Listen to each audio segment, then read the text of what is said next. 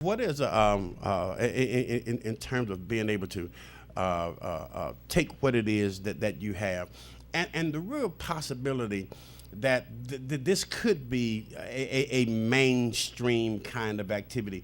Do you see more and more that happening where it becomes there's a broader acceptance? And if I was to take what my caller just in terms of being disappointed with it, and I'm not sure exactly all the reasons why, but certainly there is some Christian resistance to some of this in some quarters. What is the biggest reason, maybe the major reason why that there is such a reticence in accepting, or why it's so difficult to mainstream some of these kinds of activities? People functioning in the psychic realm. I think for one, it's a lack of understanding. There's a lot of skill and time and effort that's gone into developing oneself to be able to do this. I think different beliefs cause people to be blocked off, depending on their background. And often with that, there's some misunderstandings.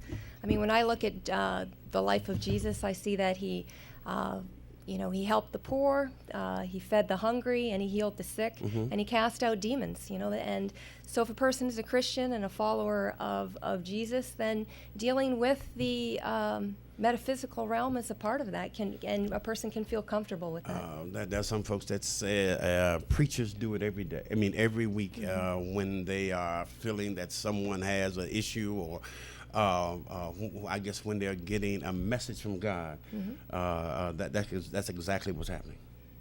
But perhaps not. Good morning, caller. You're on the air. Good morning, brother. How are Good you, sir? program. Thank you.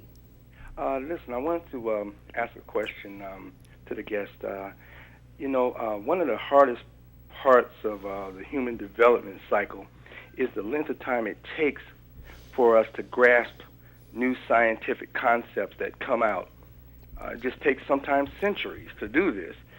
But I noticed that those scientists who, in the past, who were successful, had to use certain type of proofs to demonstrate what they're talking about. Now, I know that a lot of people don't believe in what you're saying because they don't believe in the power of the mind.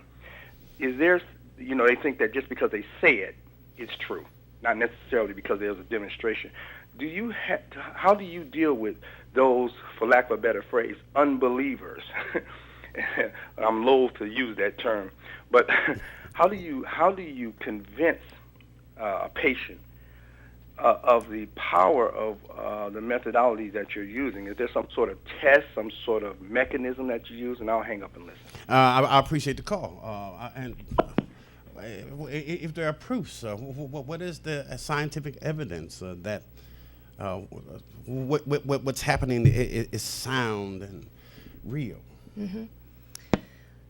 Well, for myself, I think one methodology I like to use for people who are skeptics, I break it down and use the technique of applied kinesiology, which is a chiropractic technique, but people in different disciplines use it. And it can demonstrate, if I have a person in front of me one-on-one, I can show them that the body gives answers, that there's a body wisdom that we each have, and I can calibrate things on that person's energy field so that it's not just me telling them, that they can see through this technique a yes or a no. And there's a tremendous amount of research that goes behind applied kinesiology. David Hawkins has a book out called Power versus Force. And he is someone who co-authored a book with Linus Pauling, the Nobel laureate. Yes. Yes. So there's a wealth of studies that back that up, and applied kinesiology can be kind of looked at sort of as like the training wheels for many intuitives in terms of developing their skill. We got about a minute. I guess if I had an issue that's not too personal and you had enough time to sit with me this morning, what would you gather and present to me from just our short encounter? Okay. First off, on your field, something I see is that there's a concern regarding your career. So I'd like you to think about that. And when you have the concept in your mind, I'll check it to make sure that you have it completely and that it's accurate, that we don't need to modify it anyway. And once you have the full energy up in your field, we'll just take a breath and we'll clear together. But, okay, we'll start with that, yeah. We go. I don't have to connect with a universal humming or anything. I have it. It's there. You've got it. Okay. All right. So you need to modify that a little bit, though.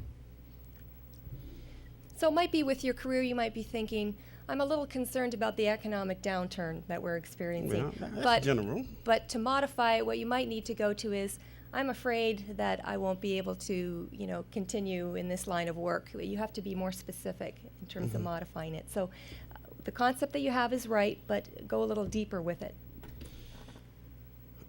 We have somebody on the line. Do you? Okay. Well, yes and yes and yes. Caller, you on the air. Good morning, Richard. Good morning. And good morning to you again. Thank you for calling. I'm tuning in kind of late, so what would I have to do?